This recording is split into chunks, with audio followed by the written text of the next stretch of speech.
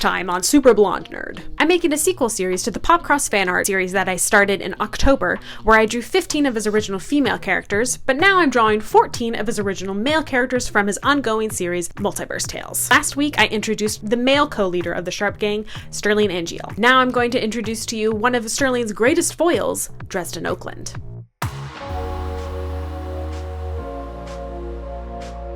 Professor Dresden Oakland is one of the key characters throughout Multiverse Tales, both in his history with having many interactions with the other characters of Multiverse Tales, and being one of the main catalysts of several major events and elements in the series. But let's not get ahead of ourselves. Like I said, Dresden Oakland was a professor, and one of PopCross's main narrators in his ongoing art series, Turning Blank into an SCP. For those of you like myself who had heard the acronym before but don't know what it means, SCP means Secure, Contain, Protect, and the Foundation was formed to contain supernatural or paranormal beings. PopCross's version of the SCP Foundation has pop culture characters turned into the various frightening monsters that need to be contained, all of them being called SCPs for short. Professor Dresden Oakland worked for the SCP Foundation for 20 years, simultaneously working to contain as many SCPs as possible, and also educating others, the audience, of the various types of the dangerous creatures. But as Dresden's time progressed in the Foundation, not only were more creatures finding ways to escape, the Foundation itself was exposed to the public, facing slander because of the outbreaks, and when Dresden tried to address these problems to the mysterious heads of the Foundation, the O5 Council, his words fell on deaf ears. Finally, Dresden took it upon himself to find the O5 Council, having never seen the faces of what he thought were his benevolent overseers. He broke into classified files of the Foundation until he found a clue to where the O5 Council had met before. Dresden found the Council in an underground cavern, where Dresden met the main villain of the entire Multiverse Tales, Tarsa. Tarsa and her 4 other companions were laughing at the plight of Dresden's world, and Dresden found out that Tarsa was the overseer of his world. Overseers are beings who can manipulate and create their specific world that they oversee, having enhanced abilities and longer lifespans. Tarsa created the dangerous creatures of Dresden's world first, and then, as boredom settled in, she created the SCP Foundation to see how humans would handle dealing with these creatures. As time passed, she and her other overseer friends would add more dangerous creatures to the world to further entertain themselves. Dresden, enraged and truly bewildered by the callousness of Tarsa, struck her across the face, before she retaliated in her typical cruel fashion. Tarsa erupted magma from underneath Dresden, and all went black. When Dresden, surprised to be alive, awoke a while later to see not only his skin crusted and gray like dried magma, but the same runes he had seen on Tarsa were now on him. Dresden was now the overseer of his world, while Tarsa had slunk off into another one. Dresden truly worried for his world, but having no clue what he was doing, worked for over a year to protect the remaining humans who survived the ongoing chaos of the rampant monsters. But during this time, many of the SCPs had found ways to escape into other worlds, causing danger to the multiple worlds, thus bringing about a new problem, the Reaper. The Reaper is basically the Grim Reaper for overseers. Any overseer who is either malicious enough or incompetent enough to threaten multiple worlds, not just their own, usually summoned the Reaper.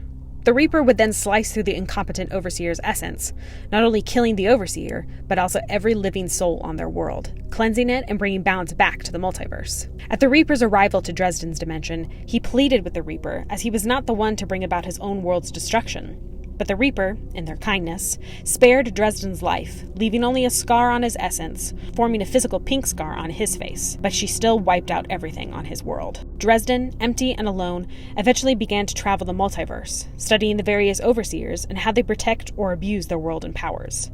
Eventually, Dresden came to the conclusion that all overseers were no good and began to form a plan.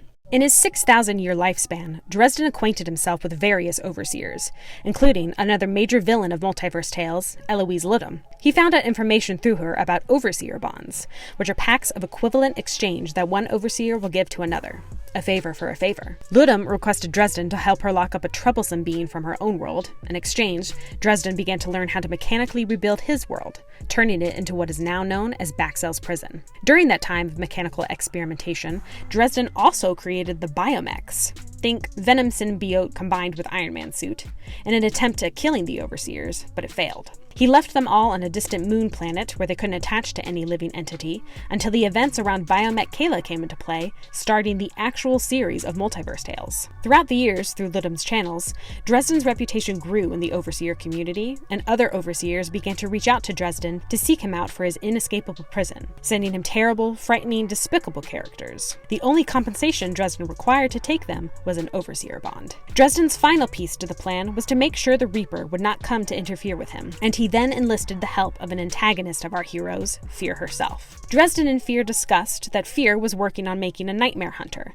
someone who could defeat the Reaper, and while the new Reaper would be struggling to deal with and learn the powers they would inherit after killing the previous Reaper, Dresden could then enact his plan. But Dresden wasn't sure that Fear's pick of the nightmare hunter, Cauchemar Noroi, would be a good candidate. And so, he kidnapped a 5-year-old Kate Blaker from her world and placed her in Baxel's prison, where she would be conditioned to be a merciless, powerful killer. Years later, when Astra, Tarsa's daughter and new overseer, came to Dresden to ask him to take in a meddlesome gopher in his prison, Sterling and Gilles had popped into Baxel's, eavesdropping on their conversation, unbeknownst to him of the dangerous place he actually was in. Astra left, not knowing that Sterling was there, and Dresden discovered Sterling, and for the first time in a long time, he smiled. Because he could now use Sterling to get revenge on the irksome Astra. Because what Sterling didn't know, unless he had a piece of the multiversal orb, he could not escape Baxel's. Sterling then encountered Jake and Anna, who had actually just escaped Baxel's and were sent back by Fear herself, and with his kindness and chipper attitude, encouraged the kids that they would be able to escape Baxel's once again. Weeks of training and slowly making their way through Baxel's again, the B team, as Sterling called them, found and helped Kate to escape her prison fight ring.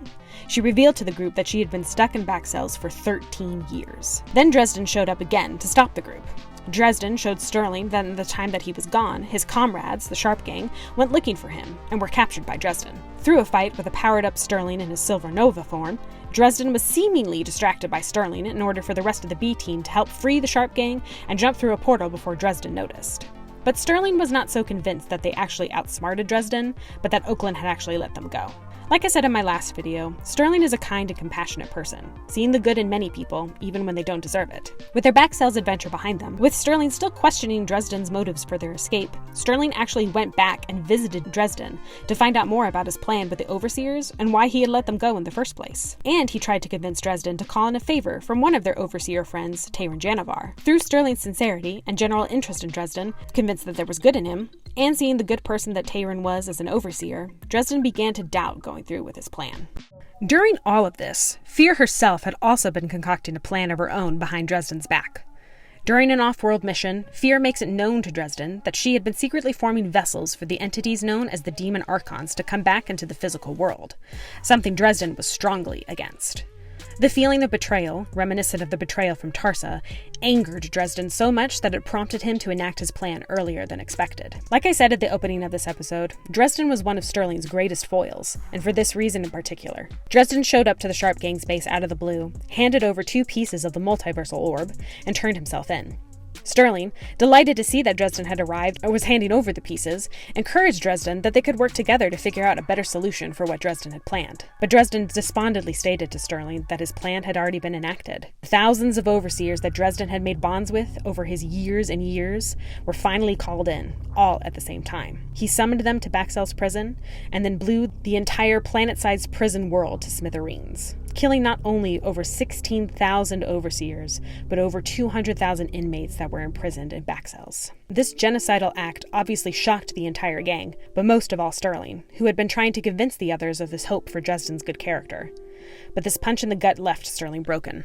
The gang took in Dresden, who had no fight to give, and Astra took away his overseer powers, who Dresden, again, had willingly given over. Sterling isolated himself from the rest of the group, while Kate went down to talk to the jailed Dresden. Only through Sterling and the rest of the Sharp Gang's kindness was Kate able to handle her emotions more now, and instead of killing Dresden right there and then, which Dresden told her she had every right to do so, Kate asked Dresden why he had done all this, why he kidnapped her, killed the overseers. After finding out about Dresden's tragic past, while this in no way made her like or even be close to forgiving Dresden, Kate felt like she understood him a little more. Dresden tried to apologize to Kate then and there, but she wasn't ready, and instead left to find and console Sterling. Kate found Sterling in an off-world cabin, while Sterling just wanted to be left alone, out of his shame of not being able to handle his own emotions. But Kate turned his words on his head and told him that he would have never allowed Kate to be alone in this time of need, and the two wound up snuggling together and addressing their underlying feelings that they had for each other. After Sterling and Kate returned, they reunited with the gang and received more comfort and help from their friends, and the group then formed a plan for Dresden. Sterling came down the next day to once again see Dresden for who he was. He suspected that Dresden wanted the Reaper to come and kill him after he had enacted his plan.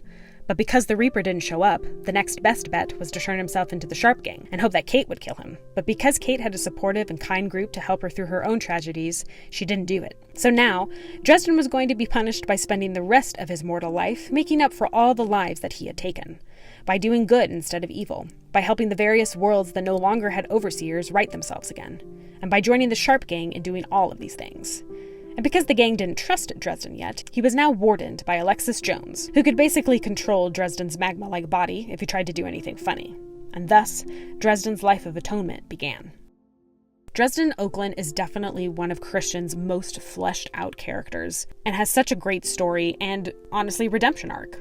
Where he is now, he's created the RAS Foundation, which is the Redemption Arc Support Foundation. Very funny and meta. As well as his personality is coming out more, where he has softened up around certain characters, as well as earning his place as a trusted member of the Sharp Gang. I'm very excited to see where his character continues to go forward, and again, one of the deeper characters that PopCross has ever made. I hope you like what I've done with him.